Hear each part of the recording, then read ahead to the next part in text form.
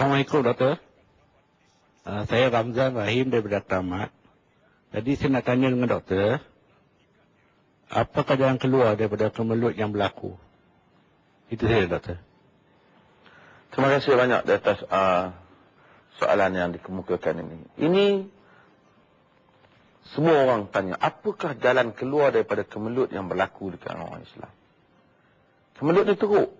Kita akan tengok dunia orang Islam, macam saya nak sebut sikit yang kita sebut tadi, kita nak sambung sikit. Tengok akhlak orang Islam. Teruk. Di Malaysia sendiri, kalau kita tengok yang banyak terlibat dengan dadah, orang kita yang mengaku Islam tu. Yang banyak terlibat dengan kadang-kadang rasuah pun orang kita. Yang banyak kali kita terlibat dengan perkara-perkara yang merempit, tak merempit ni orang kita. Boleh orang buat hiburan apa sikit, yang lebih-lebih orang kita. Yang banyak tercicir dalam perjalanan pun orang kita. Tapi yang banyak berjaya, yang berkaya, yang ada disiplin, bukan orang kita. Masa bila kita nak pergi cerita kat dia, Islam is the way of life. Islam manhajul hayah. Islam ini adalah jalan kehidupan. Masa bila kita nak cerita benda ni pada dia? Dan dunia Islam juga demikian. Pergi negara kita ni alhamdulillah lah, tapi kalau kita pergi ke Jakarta, pergi ke Karachi, pergi ke Mesir, ke Kahirah, kotor. Kita pergi ke New Zealand, kita pergi ke Negeri Mak Saleh, bersih. Nabi suruh kita jaga environment, persekitaran. Dunia Islam tak jaga pun, mereka yang jaga. Nabi suka kita jaga tentang apa? Kebajikan awam. Kita tak jaga pun, orang lain yang jaga. Nabi suruh manusia ni berdisiplin, kemas dalam kerja, komitmen dia tinggi. Yang teruknya orang kita. Nabi suruh manusia bersedekah, yang miskinnya orang kita. Lainnya Islam ajar. Selepas daripada begitu teruk perkara yang seperti ini, masa bila agaknya kita nak pergi cerita pada orang barat, Islam lah agama baik? Siapa nak percaya? Dahulu para sahabat pergi ke negeri-negeri yang mereka nak ajak seru pada Islam, tak payah. Orang tengok mereka orang masuk Islam dah. Quran sebut, وَكَذَلِكَ جَعَلْنَاكُمْ أُمَّةً وَسَطًا لِتَكُونُوا شُهَدَاءَ عَلَى النَّاسِ وَيَكُونُ الرَّسُولُ عَلَيْكُمْ شَهِيدًا. Yang demikian itu, kami jadikan kamu umat wasata, umat yang menjadi contoh pada orang lain. Supaya kamu menjadi saksi kepada sekalian manusia, dan Rasul menjadi saksi kepada kamu. Kita tak jadi umat contoh, kita jadi umat mundur. Hak-hak wanita umpamanya, yang disuruh, dipelihara oleh Nabi, baginda memperjuangkannya, tidak kita perjuangkan. Kes talak je, tangguh bertahun-tahun. Islam bagi supaya talak ni ada iddah dia.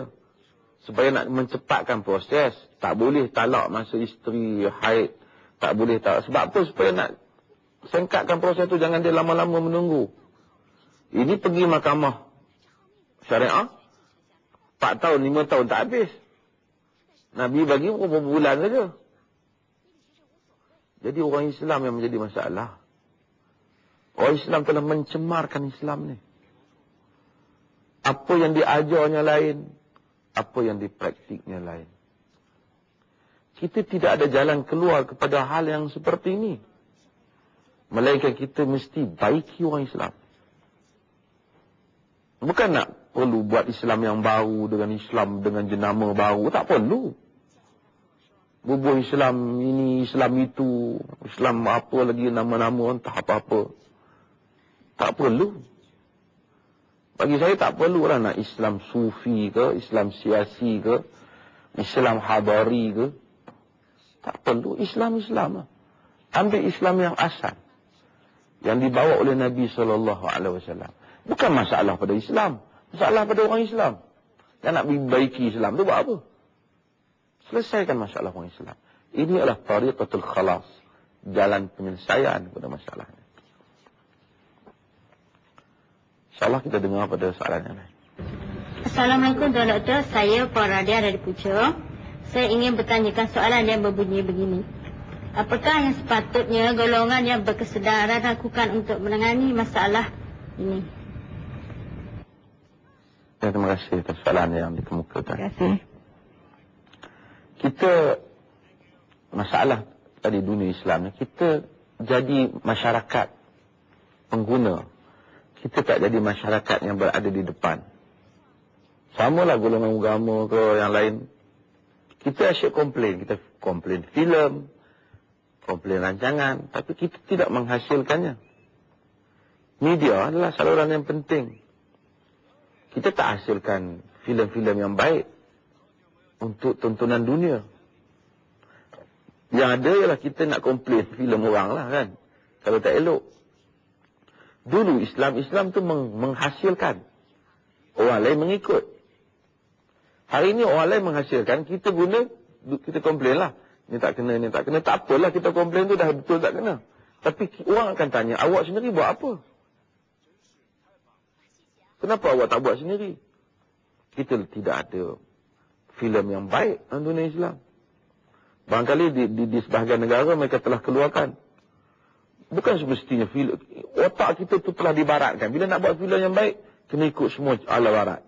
Kena melompat dengan dia. Kena buang baju macam dia buang. Kena terjun macam dia terjun. Kena buat rambut macam dia buat. Barulah boleh. Kena buka pusat macam dia buka. Barulah boleh. Kan? Tak. Banyak juga filem-filem. Umpamanya Iran buat filem tak perlu pun. Hanya cerita tentang kasut je. Boleh ramai orang tengok. Kan? Ramai orang minat. Ada juga dengan negara lain. Korea apa ada cara filem dia sendiri. Kenapa kita orang Islam tak keluarkan kita punya sendiri? Yang menjadi contoh dan teladan kepada orang. Kita asyik komplain je. Ini anugerah-anugerah yang diberi. Kenapa kita kadang-kadang lebih banyak penonjolan luaran, bukan inti kandungan. Mari kita nak bernasyid, bukan kita pentingkan inti kandungan dia tu baik. Kita pentingkan, yang penting pakai baju Melayu, bubuh songkok atas kepala, ataupun bubuh kopiah, jadilah kumpulan nasyid. Patutnya kita kena pentingkan lirik dia tu. Sampaikan mesej yang tu pun tak sampai kan. Kadang-kadang mesej P.Ramlee lebih baik dari mesej kumpulan nasyid yang ada ni. Tak minta maaf kan, bukan semua kan. Yang kita pun tak tahu apa benda dia orang ni cakap kan. Nasyid kan. Yang kita nampak lebay dia atas kepala kan. Kita tak nak macam tu. Kita nak kepada kita lead kita ke hadapan. Kita memimpin. Kita memberikan mesej. Dunia barat, dia ada Hollywood. Macam-macam benda dia boleh bawa. Bila dia lompat, kita pun lompat. Budak kita pun lompat. Dia terjun, kita terjun. Dia buat rambut pang, kita buat rambut pang. Dia pakai seluar pendek, kita pakai seluar pendek. Dia buka pusat, kita buka pusat. Sebab media mempengaruhi manusia ni. Apa yang dia tengok lebih cepat mempengaruhi dia daripada apa yang dia baca. Daripada apa yang dia dengar. Kita dunia Islam tak ada. Anugerah-anugerah pun kadang-kadang saya tengok baru ni ada anugerah nasyid. Saya pun tak nak tengok. 15 minit pun tak nak dengar. Tak ada apa yang menarik. Tak mampu bersaing. Ceramah pun kadang-kadang dah tak bersaing. Kan? Ceritanya pun lama. Duduk di masjid pun. Arakan maka syahadan berkatalah syekh pada yang demikian itu. Oh panjang. Bahasa Sanskrit zaman hantu. Sedangkan budak-budak hidup zaman internet.